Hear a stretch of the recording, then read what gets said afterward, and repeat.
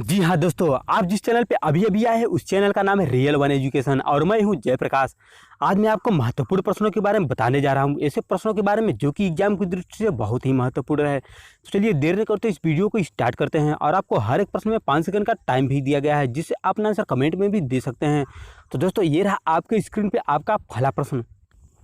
Radio सक्रियता की परिघटना की खोज की। ऑप्शन 1 मेरी क्यूरी, दूसरा ऑप्शन है हेनरी बेकुरल और तीसरा ऑप्शन है पियरे क्यूरी और लास्ट ऑप्शन है थॉमसन। तो दोस्तों कमेंट करने का टाइम रहा आपका ये। दोस्तों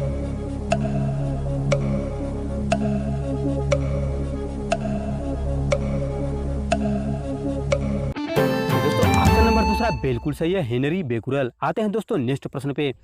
हाइड्रोजन का रेडियो सक्रिय समस्थानिक है। ऑप्शन 1 पोटेशियम, दूसरा है रेडियम, तीसरा है ट्राइटियम और लास्ट ऑप्शन है ड्यूटेरियम। तो दोस्तों आपके पास केवल 5 सेकेंड है।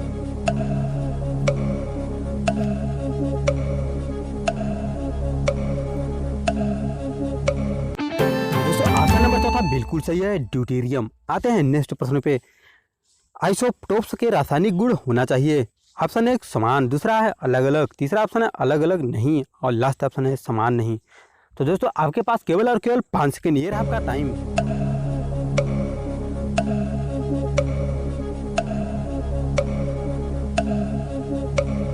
दोस्तों ऑप्शन नंबर तीसरा बिल्कुल सही है, अलग अलग नहीं। आते हैं दोस्तों नेक्स्ट प्रश्न पे। किसी परमाणु की एक से ज़्यादा द्रव्यमान हो तो कहलाते हैं। ऑप्शन 1 आइसोटोप, दूसरा है आइसोबार, तीसरा ऑप्शन है आइसोटोन और दोस्तों लास्ट ऑप्शन है आइसोमार। तो दोस्तों आप कमेंट में आंसर जरूर दीजिएगा, आपका टाइम रहा ये।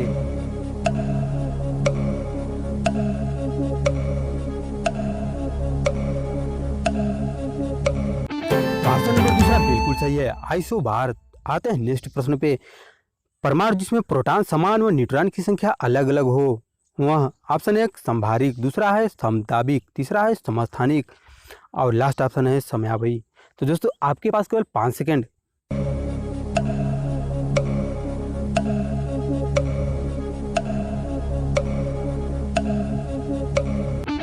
ऑप्शन नंबर तीसरा बिल्कुल सही है, समस्थानिक। आते हैं दोस्तों नेक्स्ट प्रश्न पे। चक्रण क्वांटम संख्या के कितने मान संभव है। ऑप्शन 1 2, दूसरा ऑप्शन है 3 और तीसरा ऑप्शन है 4 और दोस्तों लास्ट ऑप्शन है 5। तो दोस्तों आपका टाइम रहा ये।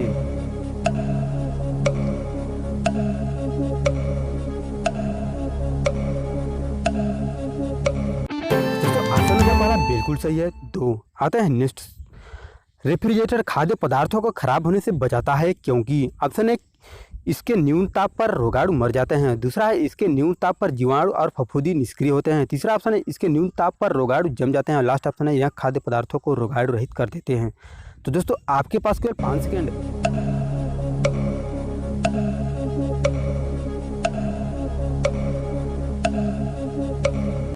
ऑप्शन नंबर दूसरा बिल्कुल सही है, इसके न्यून ताप पर जीवाणु और फफूंदी निष्क्रिय होते हैं। तो दोस्तों आते हैं नेक्स्ट प्रश्न पे।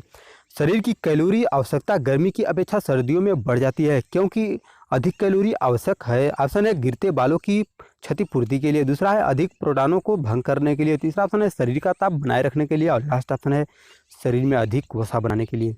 तो दोस्तों आपके पास केवल 5 सेकेंड है।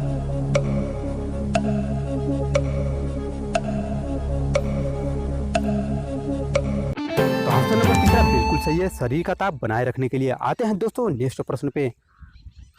तप्त जल में थैले में जल का प्रयोग किया जाता है क्योंकि। ऑप्शन 1 इसकी विशिष्ट ऊष्मा अधिक होती है, दूसरा यह सरलता से मिल जाती है और तीसरा ऑप्शन है यह सस्ता और हानिकारक नहीं है और लास्ट ऑप्शन है जल को गर्म करना आसान है। तो दोस्तों आपका टाइम रहा ये।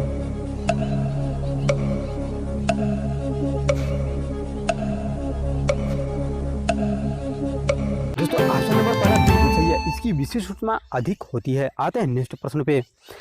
थर्मामीटर में आमतौर पर पारे में प्रयोग किया जाता है क्योंकि इसमें। ऑप्शन 1 उच्च तरलता होती है, दूसरा ऑप्शन है उच्च चालकता होती है, तीसरा ऑप्शन है उच्च सघनता होती है और दोस्तों लास्ट ऑप्शन है उच्च विशिष्ट ऊष्मा होती है। तो दोस्तों आपका रहा कमेंट करने का टाइम ये।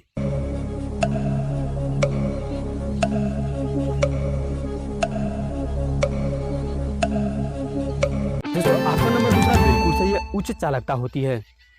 तो दोस्तों वीडियो कैसी लगी कमेंट करके जरूर बताइएगा। मिलते हैं अगले वीडियो में, आज के लिए बस इतना ही।